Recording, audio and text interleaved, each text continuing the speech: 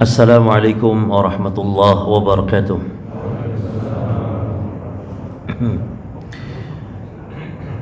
Alhamdulillahirabbil alamin wa bihi nasta'inu ala umuri dunya waddin. Wa sallallahu wasallam baraka ala sayyidina wa habibina wa qudwatina Muhammadin wa ala alihi wa ashabihi wa tabi'in wa man tabi'ahum bi ihsanin ila yaumiddin wa sallama tasliman katsira, amma ba'd. Para jamaah kaum muslimin wal muslimat, jamaah Masjid Baitul Jannah yang semoga dirahmati oleh Allah Subhanahu wa taala. Semoga kita mohon kepada Allah dengan namanya yang indah, dengan sifat yang maha tinggi, agar Allah mengumpulkan kelak sebagaimana kita pagi ini dikumpulkan di Masjid Baitul Jannah. Semoga pula kelak kita di akhirat dikumpulkan di surganya Allah Subhanahu wa ta'ala, fi jannatil firdaus, di surga firdaus, di surga yang paling utama, di surga yang paling tinggi. Sebab Nabi mengatakan sallallahu alaihi wasallam, idza sa'altumullaha fas'aluhul firdaus fa innahu a'lal jannah wa awsatul jannah. Jika kalian meminta kepada Allah surga, mintalah surga Firdaus, karena surga Firdaus surga yang paling tinggi, surga yang paling awsat, yang paling utama. Maka semoga Allah mengumpulkan kelak di surganya Firdaus bersama orang tua kita, anak istri kita, orang-orang kita cintai, bersama seluruh kaum muslimin wal muslimat. Sebelumnya para jamaah, kita akan membahas tentang mubtilatul amal, penghancur, perusak amalan-amalan ibadah kita. Tadi saya sholat mengimami sholat subuh. Mungkin di antara jamaah atau di masjid ini terbiasa kunut subuh, lalu saya tidak kunut. Maka mensikapinya harus berlapang dada, karena masalah kunut subuh masalah khilafiyah yang mu'tabar. Kalau menurut Imam Syafi'i dan madhab Syafi'i, kunut subuh sunnah. Ini tidak wajib dan sunnah, ya, kalau ditinggalkan tidak masalah. Yani bagi mereka yang biasa kunut, ketika imam yang tidak kunut, maka ia tidak kunut dan tidak perlu merasa sholatnya tidak sah, tidak perlu merasa sholatnya merasa berkurang, apalagi yang berlebihan sampai dia sholat lagi mengulang, karena yang tadi sholatnya tidak sah karena tidak kunut. Yang tidak kunut pun tidak perlu membid'ahkan kepada yang kunut, karena ini masalah khilafiyah, ya. Saya sendiri kalau makmum kepada imam yang kunut, ya saya kunut, karena imam harus diikuti walaupun salah, gitu kan? Innama ju'ilal imam liyu'tama bih, sungguhnya dijadikan imam untuk diikuti, ya. Namun sebagian ada yang tidak kunut, tidak masalah, berdiri i'tidal, hanya jangan rukuk dulu. Imamnya lagi kunut, dia sujud misalnya, yang penting nunggu. Ala kulli hal jemaah, kalau hal-hal seperti ini harus lapang dada, ya. Jadi jangan merasa, karena dalam hal ini dua kubu, ada yang berlebihan. Yang biasa kunut, ketika imam tidak kunut merasa sholat tidak sah sehingga mengulang sholat. Ini gulu, berlebihan. Karena Imam Syafi'i sendiri menyatakan kunut subuh hukumnya sunnah.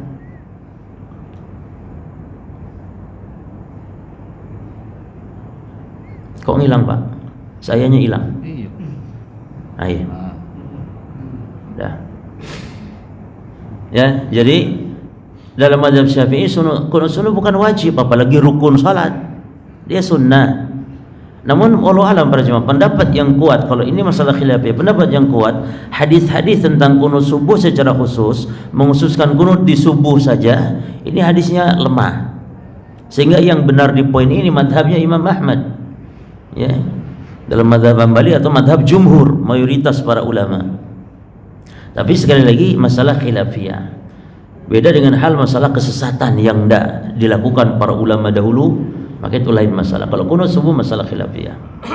Baik ya. Jadi saya menenangkan nih jemaah, jangan sampai waduh saya salat saya tadi kayaknya kurang sah aja. Kenapa? Tidak kunut katanya. Baik. Yang kedua, kita mengkaji para jemaah sekalian hal yang sangat urgen dalam ibadah kita. Jadi kita ini jangan semangat beribadah, jangan semangat beramal tanpa memperhatikan apa perusaknya, apa hamanya. Kalau nanam padi atau nanam tanaman, perhatikan pula apa hama yang akan merusak tanaman kita. Ya. Dilanjutkan mau Ustaz? Oh, dilanjutkan saja terus ini. Oh, belum ada suara ya? Enggak, belum ada. Baik ya. Jadi yang harus kita perhatikan selain kita beramal adalah apa perusak, apa pembatal amalan.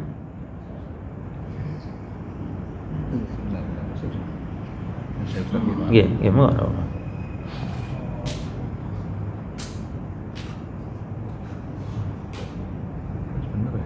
Headphone sudah sinyalnya sudah Pak?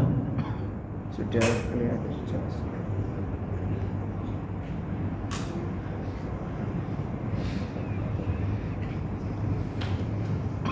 Oh iya. Lumayan juga di rumah jamaahnya Pak. Masuk? Belum? Kecil. Ya kalau kecil di volume sini biasanya. Sudah full. Oh ini coba mic-nya di. Oh ini, iya. Gimana jamaah? Mohon maaf. Ininya ke atas ya. Ya, gimana para jamaah sekalian di rumah? Mudah-mudahan bisa menyimak ya. Baik. Jadi kita jangan semangat beramal saja, tapi wajib memperhatikan apa perusak, apa pembatal amalan. Ibarat orang berwudu jemaah, namun buang angin, maka wudu itu tidak sah sudah, solatnya pun tidak diterima. Ya, ibarat demikian. Oleh karenanya para salafus saleh dahulu mereka sangat khawatir amalan-amalan mereka tidak diterima oleh Allah Subhanahu wa taala. Dan ini masih saat momen momen Idul Fitri sekarang. Kita masih di bulan Syawal. Bagaimana sikap seorang muslim di bulan Syawal adalah tanamkan rasa takut kita, amalan-amalan kita tidak diterima oleh Allah Subhanahu wa taala. Maka perbanyak memohon agar amalan diterima. Maka di antara doa ketika Idul Fitri, ketika berhari raya, kita saling mendoakan dengan taqabbalallahu minna wa minkum. Semoga Allah menerima amalan ibadah kita. Demikian para salafus saleh. Aisyah, para jemaah sekalian, pernah bertanya kepada Rasulullah sallallahu alaihi wasallam terkait dengan firman Allah Subhanahu wa taala yang terdapat di dalam surah Al-Mu'minun. Di surah Al-Mu'minun Allah taala berfirman, walladzina yu'tuna ma atau wa qulubuhum wajillah. Dan mereka orang-orang yang telah memberikan, kata Allah, terhadap apa yang telah kami berikan kepada mereka. Mereka telah beribadah, mereka telah sedekah, mereka telah salat, itu maknanya. Namun hati mereka takut, gemetar. Beribadah tapi takut. Maka Aisyah bingung, siapa mereka ini? Ibadah kok takut? Ibadah kepada Allah tapi kok hatinya bergetar takut. Siapa mereka ya Rasulullah? Lalu Aisyah menerka-nerka, ahumul ladzina yashrabunal khamra? Apakah mereka orang yang suka minum khamr? Ibadah tapi juga suka minum khamr, atau ibadah tapi suka maksiat? Apa itu yang dimaksud ya Rasulullah? Maka kata Nabi, la ya binta Siddiq. Kata Nabi, tidak, bukan itu yang dimaksud, bukan mereka. Walakinnahum, akan tapi mereka adalah humul ladzina, mereka adalah orang-orang yang yusalluna wa yasumun wa yatasaddaqun. Namun mereka itu adalah orang yang rajin salat, rajin puasa, rajin sedekah. Mereka orang yang rajin ibadah. Walakinnahum yakhafuna alla yataqabbalallahu minhum. Namun mereka khawatir, mereka takut amal-amal mereka tidak diterima oleh Allah. Itulah mereka. Allah memuji mereka jemaah. Jadi orang yang beribadah namun takut, khawatir, takut amalnya diterima oleh Allah, itu orang yang baik, bukan orang yang putus asa, itu orang yang baik. Allah berfirman, ulaika yusari'una fil khairat, mereka itulah orang-orang yang bersegera dalam berbuat kebaikan. Maka dalam ibadah, kalau dalam akidah Ahlussunnah wal Jamaah harus didasari 3 rukun ibadah, yaitu cinta, takut, dan harap. Itu ibadahnya ahli sunnah. Ibadah itu cuma tanamkan rasa cinta dasarnya. Yang kedua, tanamkan rasa takut kepada Allah, dan tanamkan rasa harap apa yang ada di sisi Allah Subhanahu wa ta'ala. Abdullah bin Abi Mulaika, seorang ulama tabi'in, mengatakan, kata beliau, ad-daqtu 30 min ashabin nabi. Saya pernah bertemu dengan 30 orang sahabat Nabi, kulluhum yakhafuna nifaq ala nafsihi. Semua mereka merasa takut, khawatir jatuh kepada kemunafikan atas diri-diri mereka. Artinya apa para jemaah? Para salafus saleh dengan keimanan yang demikian dahsyatnya, namun mereka takut, khawatir jatuh kepada kekufuran, jatuh kepada kemunafikan, tidak merasa aman gitu mereka jemaah. Kita yang imannya pas-pasan merasa tenang-tenang saja, tenang. Kemarin Ramadan 30 hari sudah puasa tarawih. Jangan begitu jemaah. Tanamkan rasa takut, memohon kepada Allah agar amalan diterima. Dan takut di sini jangan membuat orang putus asa. Itu takutnya orang-orang Khawarij. Mereka orang-orang Khawarij kalau beribadah itu yang dikedepankan rasa takut mereka, sehingga tidak ada harapnya kepada Allah. Maka yang muncul keputusasaan, putus asa hidup dalam beribadah kepada Allah SWT. Sampai akhirnya mereka katakan setiap pelaku maksiat kafir, kekal di neraka. Itu kan akidah mereka. Ini penyimpangannya. Jangan pula harap yang demikian besar, nggak ada takut sama sekali. Ini akidahnya Murji'ah. Orang Murji'ah itu kalau ibadah rasa pedenya 100%. Sehingga mereka berprinsip la taduru mal imani maksiatun kama la tanfa'u ma'al kufri ta'atun. Ini prinsip akidah Murji'ah yang sesat dan menyesatkan. Kata mereka, maksiat itu tidak mempengaruhi jika ada iman, sebagaimana ketaatan tidak berguna kalau ada kekufuran. Berarti kata mereka, orang kalau sudah iman, mau sebejat apapun tetap imannya mantap sempurna. Kalau mati masuk surga tingkat tinggi. Kan enak enggak Pak? Maksiat apapun, sebejat apapun tetap surga tingkat tinggi. Ini akidah Murji'ah.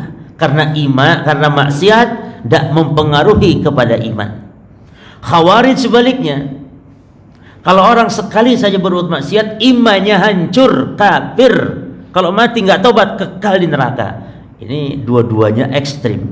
Adapun kita ahli sunnah, setiap orang Islam berbuat dosa dan maksiat, imannya ngaruh, kurang dia imannya, lemah dia imannya, berkurang iman dengan sebab maksiat. Kalau mati, selama dosa bukan dosa kesyirikan, kekufuran, maka matinya orang seperti itu tahtal masyiah, di bawah kehendak Allah Subhanahu wa ta'ala.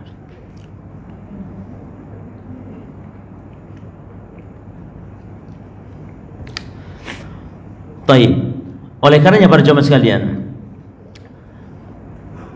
para salafus saleh, kenapa mereka demikian takut amalan enggak diterima oleh Allah? Karena ada sebuah firman Allah yang membuat mereka takut, yaitu Allah berfirman, innama yataqabbalullahu minal muttaqin. Sesungguhnya Allah, perhatikan ayatnya, innama ini kata pembatasan. Jadi terjemahannya, sesungguhnya Allah hanya menerima amal ibadah itu dari orang yang bertakwa saja. Berarti kata para salaf nih, padahal mereka manusia paling bertakwa di muka bumi ini, para salafus saleh, sahabat tabi'in, tabi'in. Tapi karena mereka tidak merasa pede orang paling bertakwa, mereka khawatir. Berarti maknanya Allah tidak menerima amalan dari orang yang apa jemaah? Allah tidak menerima amal ibadah dari orang yang bagaimana? Yang tidak bertakwa. Maka mereka khawatir amalan mereka tidak diterima oleh Allah Subhanahu wa ta'ala. Ya. Maka mari para jemaah sekalian, ini momen penting. Kita jadilah hamba Allah yang senantiasa ibadah di kapanpun, dimanapun. Tidak hanya Ramadan saja, la takunu sya'baniyan wala takunu rajabiyan wala takunu ramadhaniyan walakin kunu rabbaniyan. Janganlah engkau hanya kenal Allah di bulan Rajab saja, bulan Sya'ban saja, Ramadan saja, tapi jadilah engkau hamba Allah yang ibadah sepanjang hayat. Karena Allah berfirman, wa'bud rabbaka hatta ya'tiyakal yaqin, dan beribadahlah kepada Rabbmu sampai datang kepada engkau keyakinan, yakni kematian. Maka semoga Allah memberikan keistiqomahan kepada kita. Karena yang paling berat memang istiqomah, jemaah. Istiqomah itu sebenarnya tidak perlu banyak. Ini kalau jangan tahu rahasianya nih, istiqomah itu tidak perlu banyak, tapi ajak. Baca Quran masih setitik sekarang, istiqomah namanya. Di Ramadan 1 juz sehari, Masya Allah, one day one juz, Masya Allah. Ada yang lebih, ada yang Masya Allah mungkin sehari 10 juz di Ramadan. Karena memang suasana mendukung. Setan kan dibelenggu, jemaah. Makanya wajar. Maka kebacut, istilahnya kebacut apa? Keterlaluan. Kalau di Ramadan saja masih belum sadar-sadar, karena itu setan sudah dibelenggu. Makanya kita sering saksikan di Ramadan itu orang yang tidak pernah ke masjid, tidak pernah ke masjid seumur-umur, nek pas Ramadan, Masya Allah, jemaah, itu berkahnya Ramadan. Maka memang ibadah kita di Ramadan dimudahkan oleh Allah, ya. Walaupun tetap maksiat ada, karena yang dibelenggu setan itu pentolannya tok, maradatus syayatin. Yang dibelenggu di bulan Ramadan adalah hanya setan-setan yang gembong-gembongnya saja. Adapun kroco-kroconya masih berkeliaran. Maka kalau ada orang yang masih terjerumus maksiat di Ramadan, berarti dia hanya ditipu daya oleh setan kelas apa? Kelas 3 saja. Maka malulah. Masa kalah sama kelas 3-nya saja. Ya. Jadi maksiat di Ramadan tetap ada karena setan nggak dibelenggu semua. Dan juga yang namanya maksiat itu muncul dari yang lain-lain selain daripada syaitan, ada dari hawa nafsu dan yang lainnya. Ya. Jadi yang penting para jemaah ajak luzum taatillahi azza wajal, itu istiqomah. Yani senantiasa terus di atas taat walaupun sedikit, dan itu amalan yang paling dicintai oleh Allah. Amalan yang paling dicintai oleh Allah, amalan yang ajak walau sedikit. Nabi SAW mengatakan, ahabbul a'mal ilallah ma adwamu ala ashabiha wa in qalla. Amalan yang paling dicintai Allah, yang paling banyak pahala di sisi Allah adalah amalan yang dilakukan dengan dawam, ajak terus walaupun sedikit. Maka mari jemaah, jangan putus amal, terus sedekah ya terus, baca Quran terus, salat malam terus, ke masjid juga terus, walaupun porsinya nanti kurangi sedikit-sedikit, ya. Jangan putus. Bishr al-Habib mengatakan, bi'sal qaum alladzina la ya'rifuna Allah illa fi Ramadan. Sungguh hina, celaka suatu kaum yang dia tidak kenal Allah kecuali hanya di bulan Ramadan. Tidak kenal Allah, tidak kenal ibadah kecuali hanya di bulan Ramadan. Dan Imam Ibn Rajab menegaskan, min alamat qabuli amal fi Ramadan, di antara tanda diterima amal ibadah di bulan Ramadan adalah pasca Ramadan, adalah setelah Ramadan dia tetap istiqomah beramal. Semoga Allah menerima amal ibadah kita sebagaimana tadi takmir saling mendoakan dengan ucapan taqabbalallahu minna wa minkum. Cuman yang keder saya ini kok ada halal bil halal, haram bil haramnya kapan? Konon katanya ini ucapan yang dicetuskan Bung Karno katanya. Konon, walau alam benar tidaknya. Bung Karno itu suka buat kata-kata yang walaupun menyelisihi atau asalnya tepat nggak tepat, pokoknya yang penting populer dia populerkan. Jadi katanya halal bil halal ini cetusannya Bung Karno, jadi istilahnya ngumpul-ngumpul setelah ya dalam berhari raya, itu istilah. Tapi Masya Allah sampai sekarang budaya itu terus. Dan ini saya hanya kenal di Indonesia saja, Mas. Saya ke Saudi, di daerah-daerah lain tidak ada halal bihalal seperti ini. Tapi ini disyariatkan dari segi saling berkunjung, bahkan dianjurkan makan-makan jemaah. Jadi diantara syiar Islam di hari raya adalah apa? Makan-makan jemaah. Makanya pantas kalau kita makan opor apa ya jemaah ya, spesial Ramadan, spesial Idul Fitri, itu memang diantara bahkan diantara syiar Islam di bulan di hari raya Idul Fitri adalah saling memberi hadiah kepada anak-anak, ya, gembirakan mereka, gembirakan anak istri. Demikian, itu bagian dari syiar Islam yang dianjurkan, disunnahkan. Baik, kembali ke pembahasan kita. Jadi ada beberapa pembatal perusak amalan, dan perusak amalan para jamaah sekalian di dalam akidah kita ahli sunnah wal jamaah itu ada dua pembatal. Artinya ada dua pembatal secara global.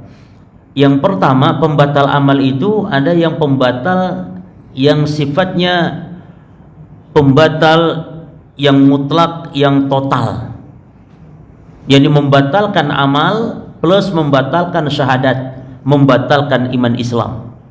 Ada. Yang kedua, pembatal itu hanya pembatal sebagian amal saja. Contoh misalnya, pembatal yang total adalah contoh kesyirikan, kekufuran, ya. Orang yang meminta-minta kepada selain Allah, itu pembatalnya total, bukan hanya amal ibadah tapi iman Islamnya batal.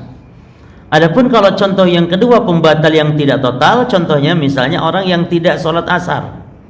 Nanti akan terbahas, yang kita kaji nanti ini sekitar ada berapa belas Pak?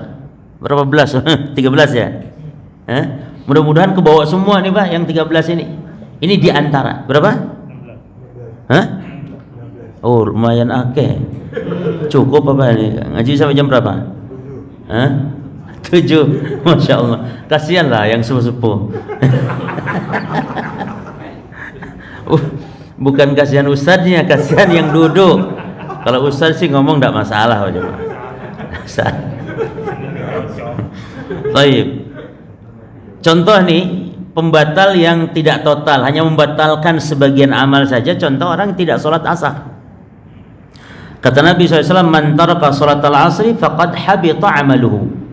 Siapa yang meninggalkan sholat asar ya dengan sengaja, maka kata Nabi, sungguh dia telah batal amalannya. Nah, ya kata ulama, yang batal amalan di hari itu saja, tidak total seluruh amalan. Atau orang yang ria, ibadah ingin dipuji, batal itu ibadahnya. Nah, yang batal ibadah yang dia lakukan, yang dilakukan ibadah itu dengan ria, itu saja.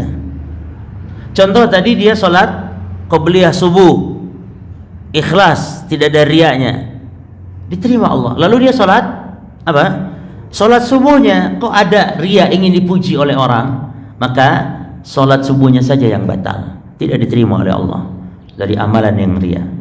Jadi tidak menghancurkan semua amalan ria, karena ria bagian dari syirik yang kecil. Nanti akan kita kaji, itu ada di poin yang kedua. Ya, baik. Nah, jadi kalau dalam akidah Khawarij para jemaah, pembatal amal tidak dibagi dua seperti ini. Kalau di dalam akidah Khawarij, setiap orang melakukan amalan-amalan pembatal ibadah atau dosa dan maksiat, maka amalannya hancur semuanya, batal, bahkan imannya juga batal. Itu akidah Khawarij. Ya. Apa itu akidah Khawarij? Akidah Khawarij itu adalah kelompok yang paling pertama menyembah dalam Islam. Jadi bibitnya Khawarij di zaman Nabi ada. Ketika Nabi bagi-bagikan harta rampasan peperangan, ada salah seorang namanya Dzulhuwaisirah. Dia tidak terima karena Nabi memberikan kepada orang yang baru masuk Islam. Nabi beri kepada orang yang baru masuk Islam, jemaah, satu orangnya diberi 100 ekor unta. Satu orangnya diberi 100 lah. Jelas ini membuat orang yang lemah iman dan ada kesesatan, penyimpangan dalam hatinya akan muncul seperti itu. Naiklah, berdirilah dia, Dzulhuwaisirah. Dia mengatakan, "I'dil ya Muhammad." Allahu Akbar. Sungguh celaka orang yang mengatakan begitu kepada Rasul. Apa kata dia? Berlaku adillah wahai Muhammad, katanya. Bahkan sampai dia tega, bukan tega, sampai dia lancang mengatakan, "Inna hadhil qismah ma urida bihi wajh Allah, ma urida biha wajh Allah." Kata dia, pembagian rampasan perang ini adalah pembagian yang tidak berharap di dalamnya wajah Allah. Ini pembagian yang cari muka, pembagian yang tidak adil, tidak ikhlas, katanya. Karena mungkin tadi, kenapa orang-orang yang baru masuk Islam? Ini kejadian di perang Hunain, jemaah. Jadi memang banyak yang masuk Islam, lalu Nabi beri banyak-banyak. orang-orang. Dan ini keadilan beliau dalam rangka apa para jemaah? Dalam rangka menarik simpati, dalam rangka ta'liful qulub, dalam rangka orang-orang yang senang dengan Islam. Demikian prinsip dakwahnya Nabi SAW, memberi banyak kepada yang baru masuk Islam. Lalu Nabi mengatakan, wailak, celaka kamu, kata Nabi. Celaka kamu ngomong gitu, celaka kamu. Man ya'dil ilam adil. Kalau aku sudah dikatakan tidak adil, lalu siapa yang adil? Siapa yang adil, kata Nabi. Maka itu tidak tahan tuh Khalid bin Walid atau Umar bin Khattab. Kan dua orang ini yang biasa kalau nggak tahan itu main keluar pedang saja. Itu subhanallah. Dia minta izin kepada Nabi. Izinkan ya Rasul, adribu unuq hadzal munafik. Izinkan saya Rasul untuk memenggal leher orang munafik ini. Kata Nabi, da'uhu, biarkan dia. Karena dari orang semacam ini muncul nanti golongan. Nah, Nabi sebutkan ciri-ciri Khawarij. Ya, golongan yang dia usianya muda namun jahil kepada agama, dia namun semangat. Itu ciri-ciri orang-orang Khawarij sekarang.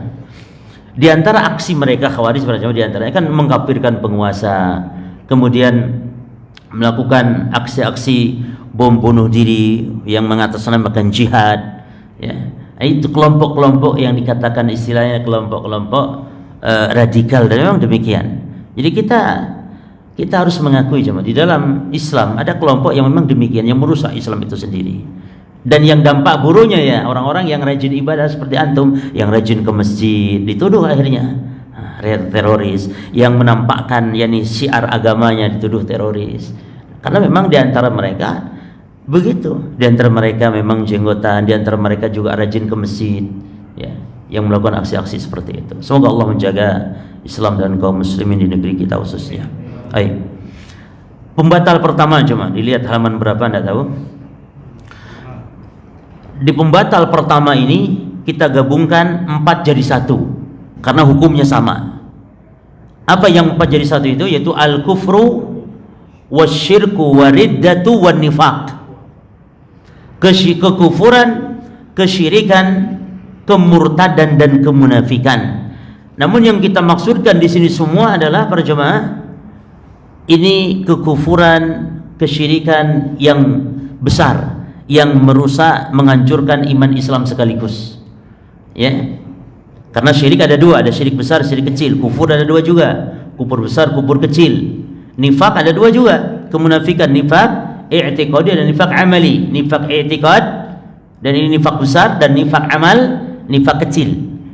Nifak, contoh kalau nifak kecil itu orang Islam, orang beriman yang melakukan maksiat berupa berkata-kata dusta, itu kemunafikan tapi kecil dalam amal. Kata Nabi, alamatul munafikin salas. Tanda orang munafik ada, alamatul munafik, ayatul munafik salasun. Tanda orang munafik ada 3. Idza hadatsa kadzaba, kalau ngomong dusta. Wa idza utumina khan, kalau diamanati berkhianat. Wa idza wa'ada akhlafa, kalau janji ingkar janji. Ini nifak kecil ini. Nifaknya orang-orang beriman, orang-orang Islam. Yang dimaksud nifak besar itu jemaah, orang yang benci kepada ajaran agama Islam. Orang Islam tapi benci dengan syariatnya.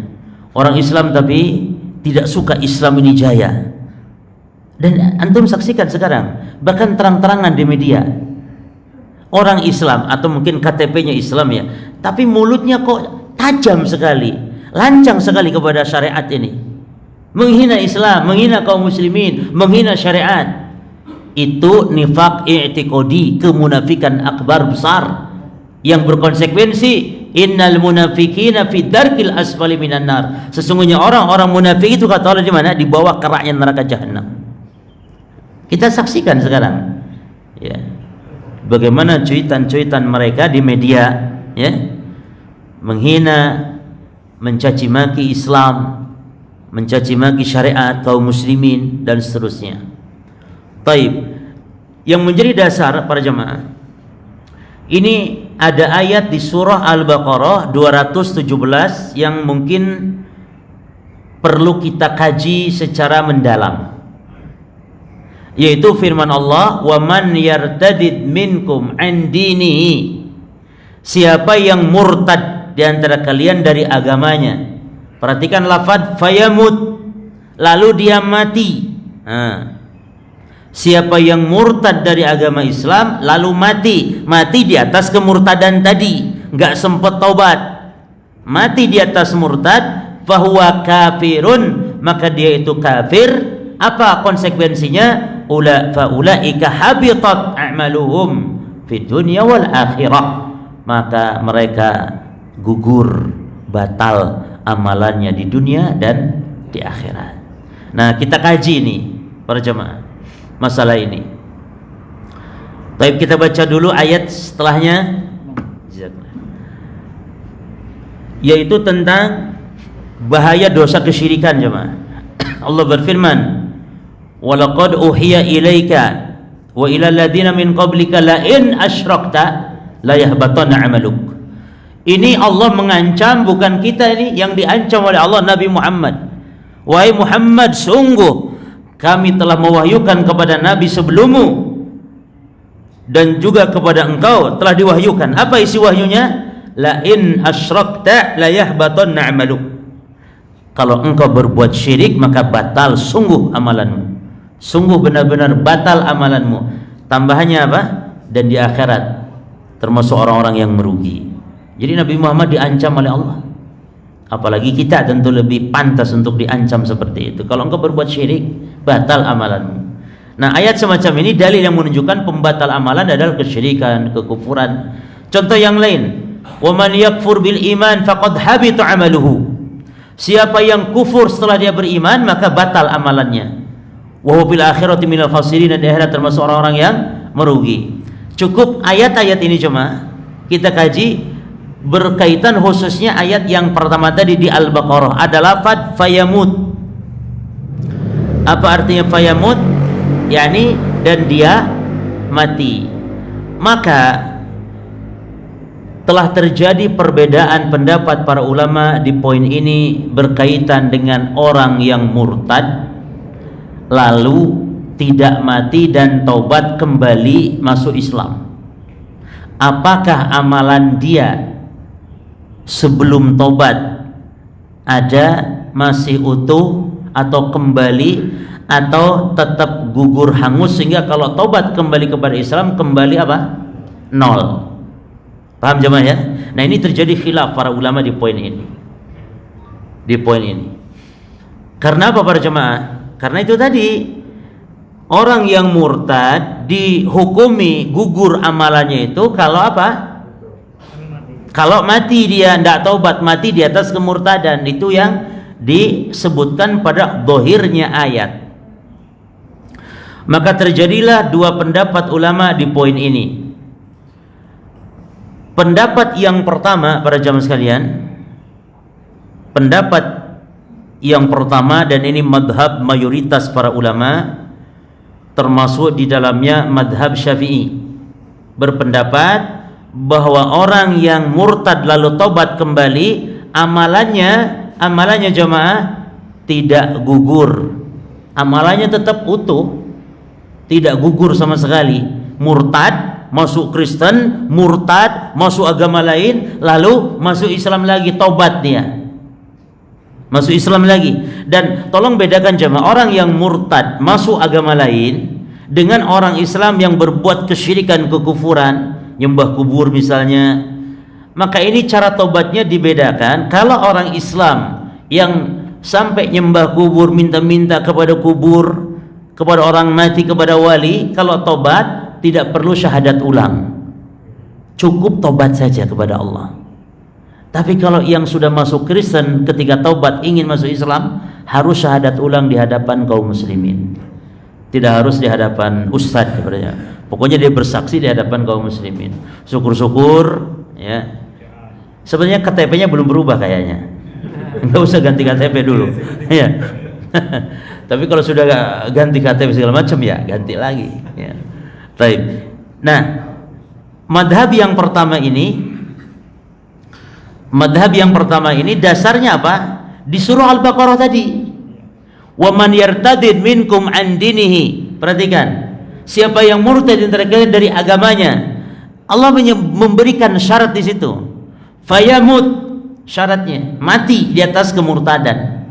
Itu yang gugur amalannya. Berarti kalau semata-mata murtad, ya, belum tentu menggugurkan amal kalau dia kembali. Beda kalau dia terus di atas murtadnya lalu mati, itu lain. Itu yang gugur amalan. Ini pendapat pertama. Adapun pendapat yang kedua para jamaah sekalian, dan ini mazhab Maliki dan mazhab Hanafi. Dan ada juga ulama yang lain berpendapat bahwa semata-mata murtad keluar dari Islam, otomatis amalan langsung gugur. Walaupun ketika dia balik kembali, amalan sudah kadung gugur. Salah sendiri tadi murtad. Amalan sudah entek, tinggal kalau masih Islam lagi berarti nol. Nah ini para jamaah, madhab Maliki, madhab Abu Hanifah, Hanafi, dasarnya apa? Dasarnya juga ayat yang tadi. Kan tadi waman yakfur bil iman, siapa yang kufur setelah beriman, Allah katakan apa? Faqad habita, yakni gugur amalan. Yani semata-mata kufur setelah iman, batal amalan. Waman yusyrik billah, siapa yang berbuat syirik kepada Allah, batal amalannya. Itu kan sekedar syirik, batal amalan. Nah, kata pendapat kedua, berarti orang yang seperti itu batal, walaupun dia tidak mati, dan nanti kalau tobat kembali maka amalan juga sudah hilang, tinggal dia memulai lagi dari nol. Baik, mana pendapat yang kuat para jemaah?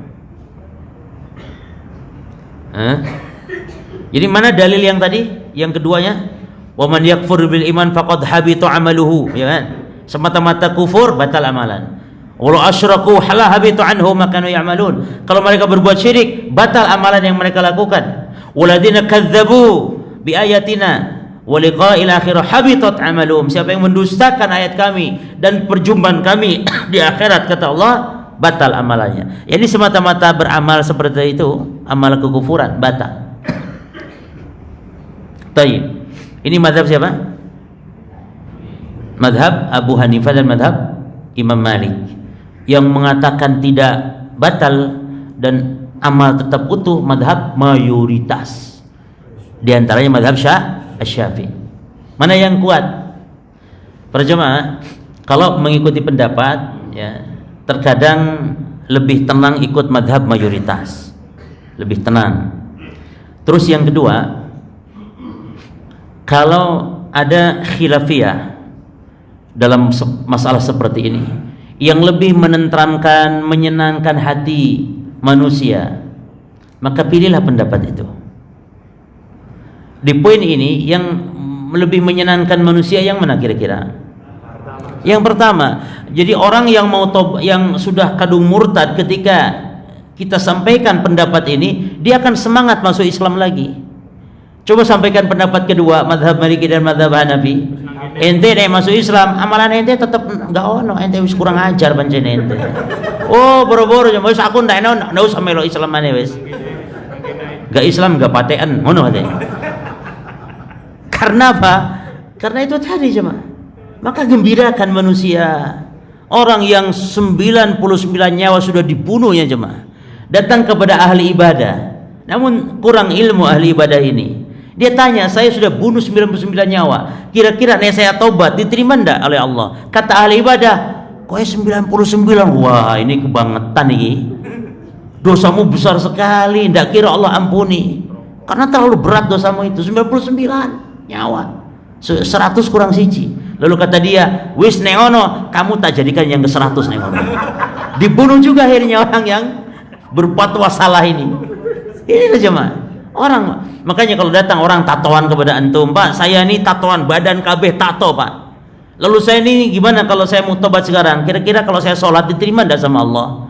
Jangan katakan sholatmu enggak diterima karena kamu kalau tatoan, wudu, mandi itu gimana, enggak sah kamu. Orang putus asa aja, Ma. Sholat orang tatoan diterima, wudu orang tatoan sah. Apalagi tatonya sak badan ya, Ma.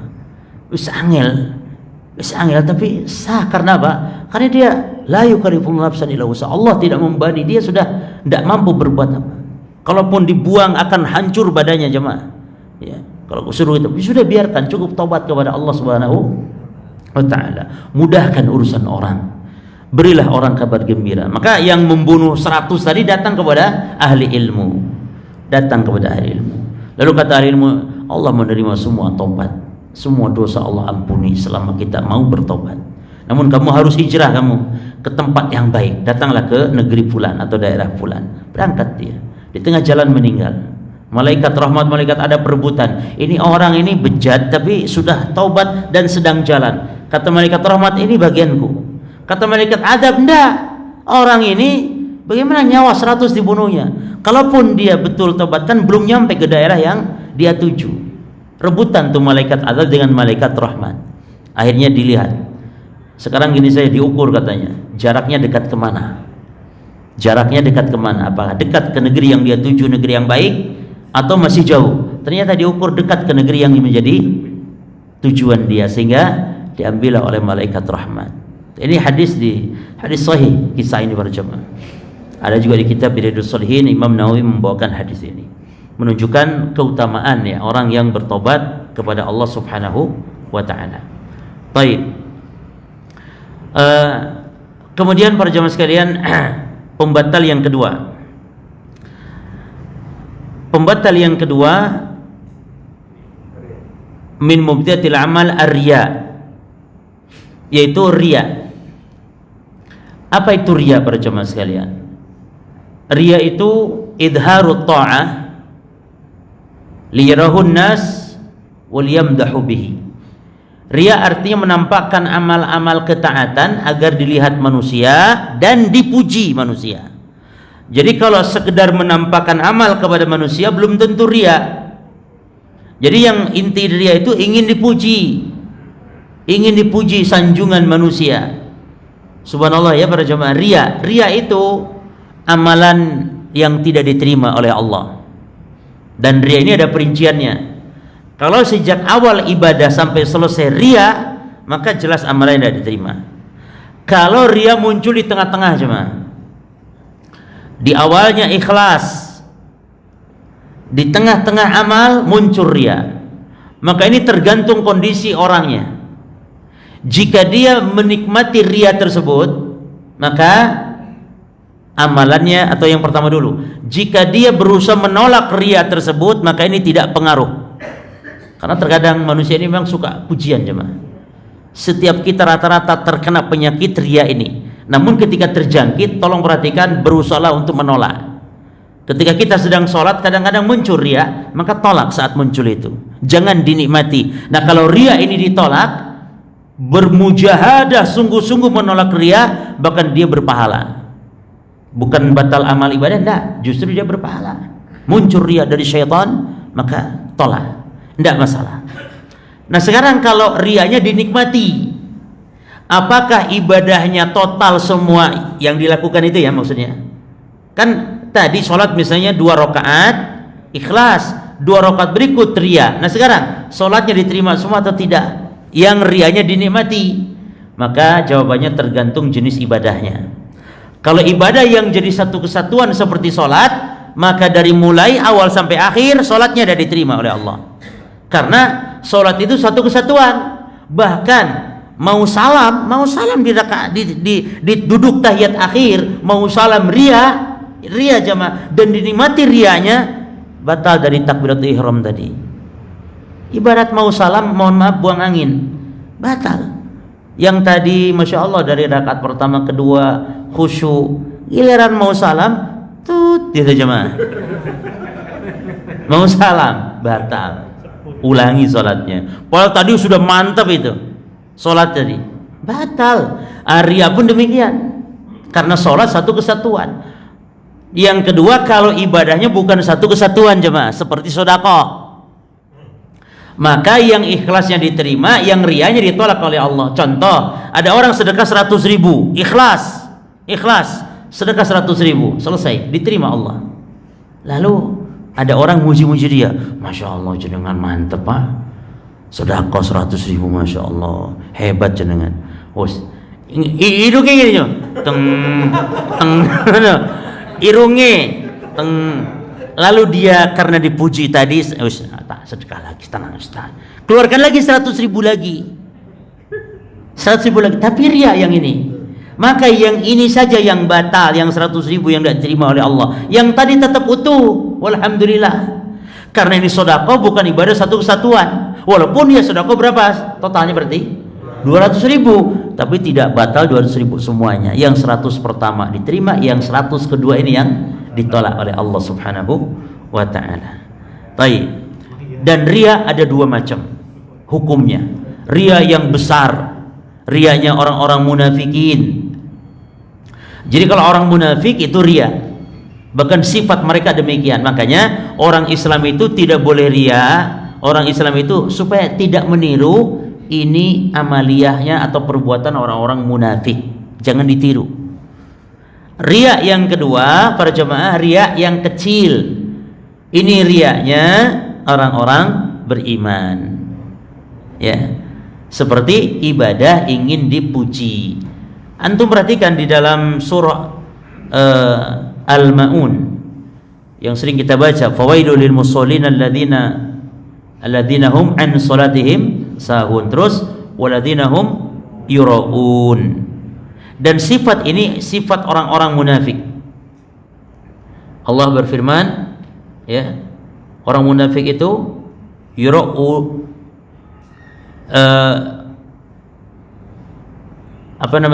orang-orang munafik itu berbuat riya, ya. Allah menyebutnya yuraunan nas wala yadhkurullaha illa qalila. Orang munafik itu dalam salat mereka ingin dipuji manusia, menampakkan kepada manusia, riya, dan tidak berzikir kecuali sedikit. Orang-orang munafik. Dan Nabi bersabda tentang riya, kata Nabi, akhwafu ma akhafu alaikum asyirkul asghar. Yang paling saya khawatirkan menimpa kalian adalah syirik kecil. Lalu para sahabat bertanya, wa masyirkul asghar, apa syirik kecil ya Rasulullah? Kata Nabi, riya. Syirik kecil ar-riya, yakni riya. Ini Nabi mendefinisikan riya atau mendefinisikan syirik kecil dengan riya, yakni mendefinisikan syirik kecil dengan contoh. Salah satu contohnya adalah ar-riya. Nabi paling khawatirkan. Makanya cuma diantara sebab juga kenapa sholat sunnah kita dianjurkan di rumah, itu dalam rangka untuk menjauhkan sifat riya. Makanya pahalanya lebih besar. Jadi orang sholat sunnah yang di rumah itu 25 derajat jemaah. Sholat sunnah yang di rumah 25 derajat daripada di masjid cuma 1 derajat di masjid. Tapi ini sholat wajib, jangan dibalik ya. Sholat wajib yang di masjid yang 25 atau 20 berapa? 7 derajat. Kata Nabi SAW, sholatul rajul min haitsu la yarahun nas ta'dilu salatan bi 25. Salat seseorang yang tidak dilihat oleh manusia, yakni di rumahnya, itu lebih utama 25 derajat dibandingkan salat min haitsu yarahun nas, dibandingkan salat yang dilihat oleh manusia. Kata Imam Nawawi rahasianya tadi, lebih jauh al-istib'ad min ar-riya, lebih jauh dari sifat-sifat ingin dipuji. Ya, lebih jauh dari sifat-sifat riya. Maka kita usahakan jemaah, kalau pas adzan subuh segera kita di rumah sholat. Lalu setelah itu kita ke masjid. Sampai masjid kita sholat tahiyatul masjid. Kalau belum sempat di rumah karena jauh, maka sampai di masjid ada waktu kita sholat apa? Sholat qobliyah subuh, niatkan tahiyatul masjid. Jadi jangan diulang-ulang. Jadi jangan diulang-ulang jemaah. Salat tahiyatul masjid, lalu salat qabliyah subuh, lalu salat syukrul wudu, lalu salat istikharah, lalu salat antara adzan dan qomat di antara salat subuh hanya 2 rakaat saja jemaah. Nabi melarang salat lebih dari 2 rakaat antara adzan dan iqamah. Antara adzan dan iqamah yakni salat subuh maknanya. Dan Sa'id Al-Musayyib pernah menegur seorang yang dia sholat terus-terusan antara adzan dan qomat salat subuh terus-terusan, ya. Lalu dia protes, ayu'adzibani Allah li shalah. Apakah, wahai Abu Muhammad, apakah Allah akan menghukum saya karena saya sebab sholat? Kata Sa'id Al-Musayyib, la, walakin li khalifis sunnah. Allah tidak menghukummu karena sholat, tapi Allah menghukummu karena engkau menyelisihi sunnah. Ini tidak sunnah, bukan petunjuk Nabi, yakni sholat terus-terusan antara adzan dan qomat sholat subuh. Cukup sekali saja 2 rakaat. Kalau kita di rumah belum qabliyah di masjid sekaligus niatnya 3. Niat sholat salat wudu, niat qabliyah subuh, niat apa? Tahiyatul masjid. Jadi tahiyatul masjid sudah gugur dengan orang kalau sholat sunnah. Karena tahiyatul masjid itu kita masuk masjid kalau kita tidak untuk sholat. Kalau kita mau masuk masjid tujuan bukan untuk sholat tapi untuk dengar kajian misalnya, maka sholat dulu. Idza dakhala ahadakumul masjid fala yajlis hatta yarka'a rak'ataini. Apabila salah seorang kalian masuk masjid, jangan duduk dulu, jangan, sehingga sholat dulu 2 rakaat. Tapi kalau ke masjid untuk sholat, antum sholat saja langsung. Sholat apa misalnya? Qobliyah. Karena antum belum qobliyah, dan yang harus diutamakan ya qobliyah ini. Qobliyah itu harus yang diutamakan. Sholat yang harus kita utamakan berjamaah adalah sholat rawatib. Rawatib, qobliyah atau ba'diyah. Ini sholat yang harus kita utamakan dalam sholat-sholat sunnah. Setelah, kalau malam kita sholat malam, baru setelah itu kita sholat yang lain. Dan rawatib pun ada 2. Rawatib yang muakkadah, ini yang harus kita dahulukan. Rawatib muakkadah itu 12 rakaat totalnya.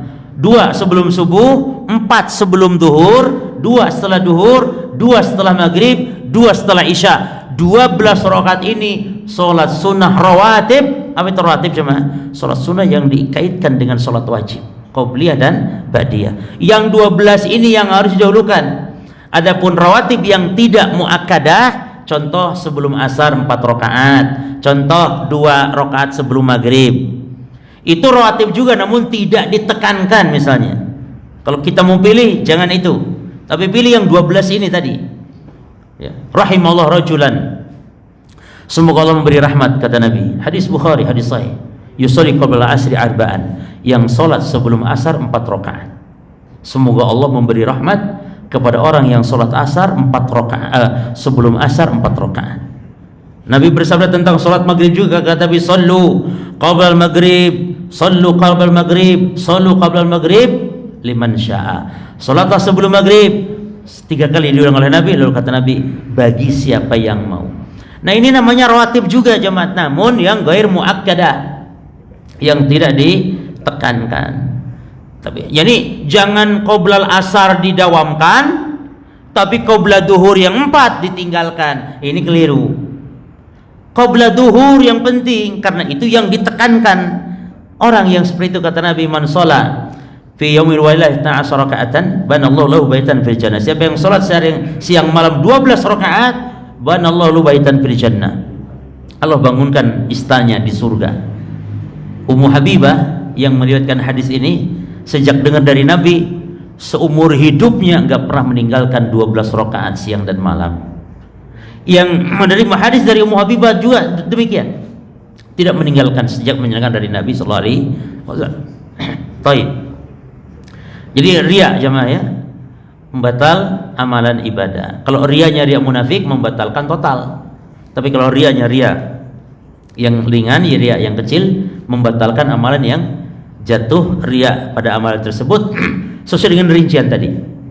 Yang ketiga jemaah, al-manu wal adza ba'da al-infaq 'ala an-nas. Mengungkit-ungkit dan menyakiti ketika memberi kepada manusia. Kalau bukan karena saya kamu tuh tidak ada apa-apanya. Kalau tidak ada saya masjid ini tidak jadi. Nah itu mengungkit-ungkit pemberian. Khususnya masalah sedekah di sini. Dalilnya adalah surah Al-Baqarah para jamaah sekalian.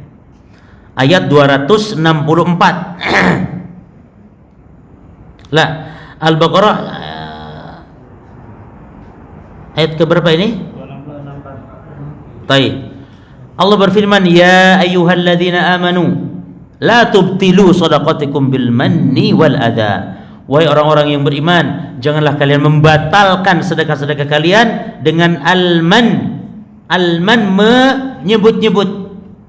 Ini kalau enggak saya, kalau enggak saya, kalau enggak saya. Atau adha, mengganggu, menyakiti maknanya. Sehingga yang diberi malah menjadi sakit, bukan malah senang. Nah ini diantara pembatal ya. Dan Nabi bersabda ada 3 golongan manusia yang tidak diterima amalannya. 3 golongan manusia yang tidak diterima amalannya, baik amalan wajib ataupun amalan sunnah. Yang pertama akun, durhaka kepada orang tua. Yang kedua mannan. Mannan itu yang dimaksud dalam ayat ini, menyebut-nyebut pemberian ya. Jadi bahaya para jamaah sekalian, orang yang suka menyakiti, mengganggu ketika dia mengungkit-ungkit saat berinfak bersedekah. Yang keempat, tarku sholatil asr takasulan. Perhatikan, meninggalkan sholat asar karena malas, sengaja dia tinggalkan. Karena meninggalkan sholat itu ada dua. Yang pertama, meninggalkan sholat karena mengingkari kewajiban sholat, ini hukumnya kafir. Yang kedua, meninggalkan sholat takasulan atau tahawunan, menganggap enteng, remeh, atau malas dan semisal, pemalas dia, maka ini hukumnya dipersisikan para ulama, kafir atau tidak kafir. Dalam madhab Hambali, orang seperti ini kafir dalam madhab Hambali, karena memang ada hadisnya jemaah. Kata Nabi, ahdul ladzi baina bainahum shalah faman tarakaha faqad kafar. Yang membedakan kita dengan mereka orang kafir adalah solat, maka siapa yang meninggalkan solat maka sungguh dia telah kafir. Hadisnya sahih Bukhari Muslim. Sehingga dalam madhab Hambali, Imam Ahmad bin Hanbal, berdasarkan hadis ini orang tidak solat sekali saja kafir, ya. Maka menurut Imam Ahmad berarti meninggalkan asar kafir, bukan membatalkan amal saja tapi membatalkan seluruh amalan, kafir dia. Namun pendapat yang kuat, orang yang meninggalkan sholat asar karena malas tapi meyakini kewajiban sholat, madhab mayoritas ulama tidak kafir jemaah. Karena meninggalkan sholat berarti termasuk dosa di bawah kesyirikan, di bawah kekufuran, sehingga tidak masuk derajat kufur. Ini pendapat yang kuat insyaallah. Tapi dirinci juga, kalau orang tidak sholatnya lebih sering, seumur-umur nggak pernah sholat, maka ini khawatir masuk kepada kekafiran. Kan ada orang Islam, KTP-nya Islam tapi tidak pernah sholat seumur-umur. Kalaupun sholat mungkin Idul Fitri dia, karena pakai baju Lebaran dia ikut sholat bersama kaum muslimin. Tapi sehari-hari tidak pernah sholat seumur hidup, ini jatuh kepada kekufuran, khawatir. Maka saya kalau ada orang Islam tetangga saya seperti itu, saya tidak sholatkan, karena takut ini orang jatuh kepada kekufuran. Biarlah kaum muslimin yang lain yang menyolatkan. Tapi kalau sholat jarang-jarang tapi lebih banyak sholatnya, bolong-bolongnya hanya, ya kadang subuh masuk, duhur sholat, tapi kadang asar tidak sholat, maghrib sih sholat, isyanya tidak sholat. Terus, nah ini insya Allah masih termasuk kelompok yang tidak kafir pada jemaah. Tapi bahaya jemaah. Wallahi jemaah, sholat itu silah hubungan kita dengan Allah. Kalau putus sholat, putus hubungan kita dengan Allah. Bahkan rizki kalaupun diberi tidak berkah kalau orang tidak sholat. Kalau dia sholat, Allah jamin rizkinya. Wa'mur ahlaka bisalah wastabir 'alaiha nahnu narzuquhum wa iyyakum. Kata Allah, perintahkan keluargamu sholat, sabarlah dalam memerintahkan sholat, kami yang memberi rizki.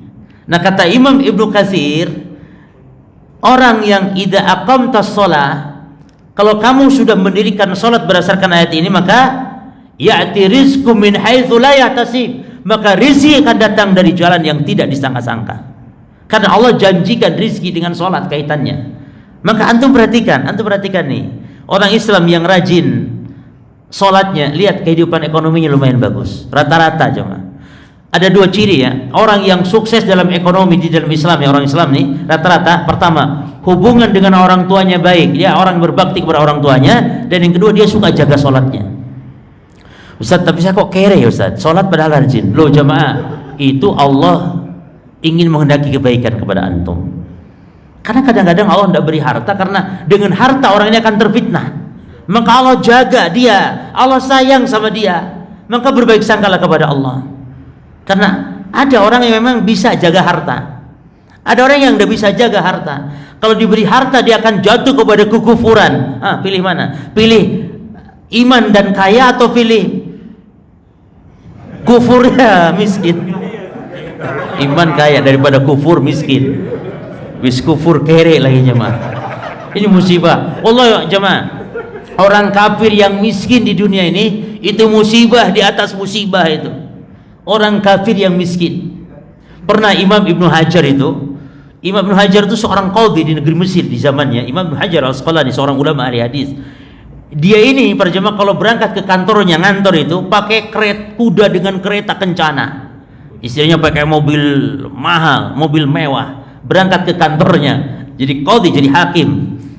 Lalu dicegat oleh orang Yahudi.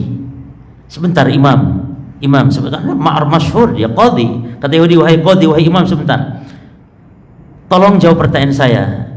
Bukankah dalam agamamu itu ada sebuah hadis Nabimu bersabda bahwa ad-dunya sijnul mu'min wa jannatul kafir, bahwa dunia ini adalah penjara bagi orang yang beriman dan surga bagi orang kafir.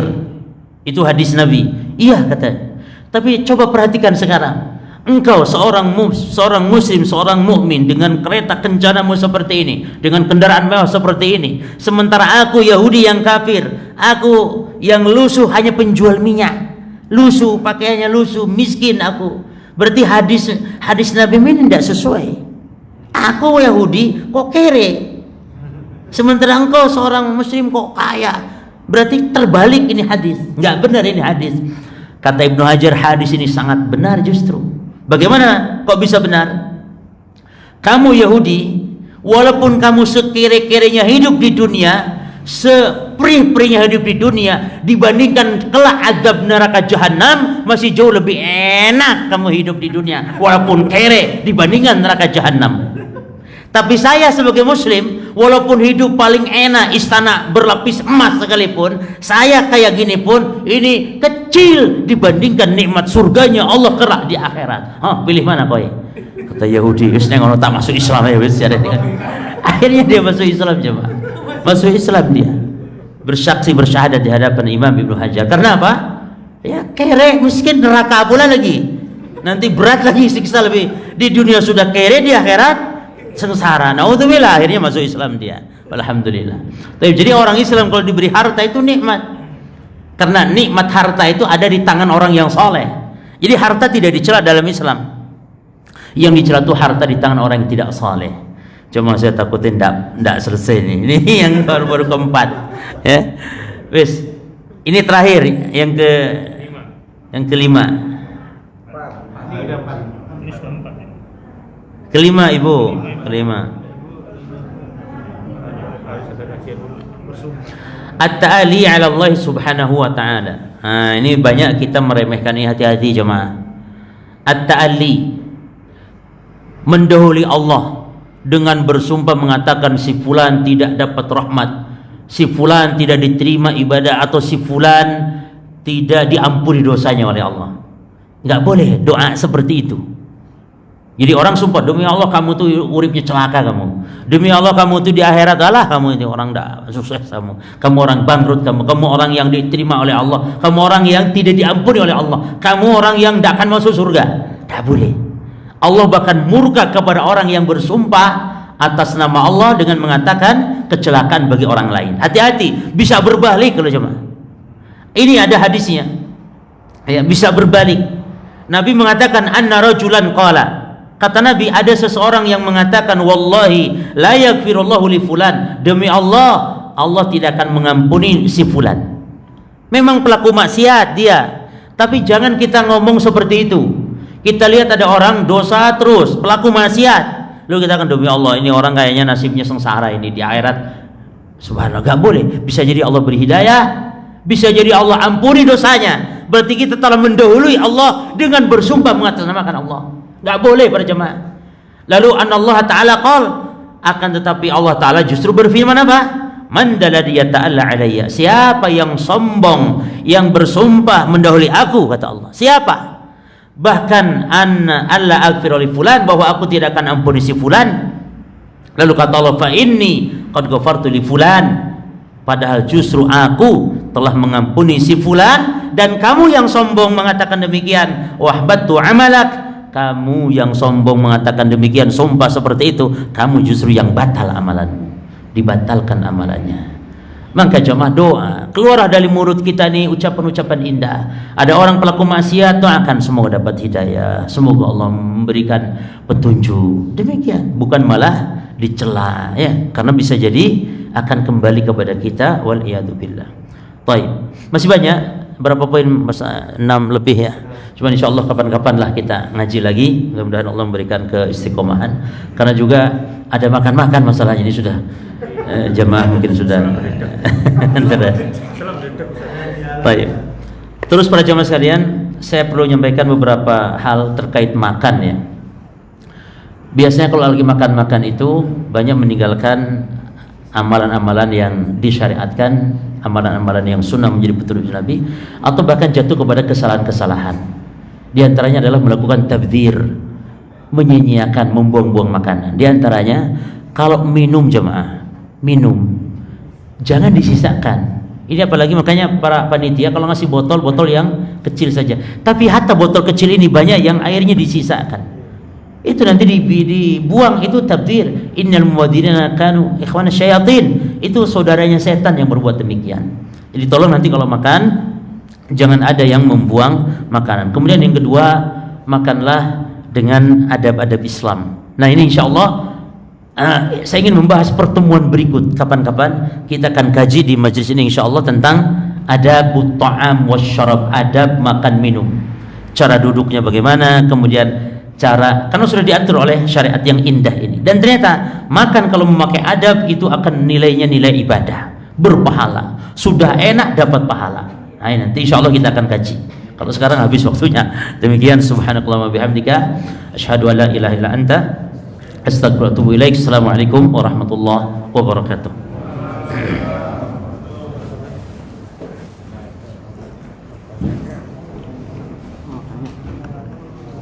Misalkan kan sholat qobliyah subuh, kemudian kan udah sholat tapi kok saya lupa nggak lihat sekalian apa sakit sama ini apa dibatalkan? Enggak, itu sudah apa? Sudah tergantikan walaupun tidak diniatkan kalau untuk tahiyatul masjid. Karena tahiyatul masjid ini memang sebagian ulama mengatakan itu hal yang penting gitu, hal yang wajib bahkan. Tapi ketika orang sudah sholat qobliyah subuh atau sholat sunnah yang lain, tahiyatul masjid walaupun tidak diniatkan sudah gugur, jadi tidak perlu tahiyatul masjid. Jelas ya? Kalau diniatkan lebih afdal akan dapat pahala niat tadi. Jadi pahala niat beda, kalau orang niat tentu dapat pahala lebih. Kalau tidak niat memang nggak dapat pahala itu, hanya kalau masalah sholat tahiyatul masjid sudah gugur. Tapi nggak dapat pahalanya.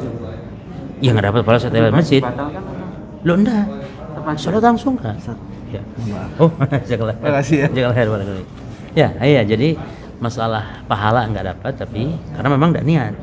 Tapi kalau sholat tahiyatul masjid sudah gugur, sudah tak perlu sholat, sudah sah, kita enggak berdosa kita kalau dianggap itu sebuah kesalahan masuk masjid tanpa sholat. Jadi tidak sholat. Karena nggak perlu lupa diniatkan maksudnya tak boleh.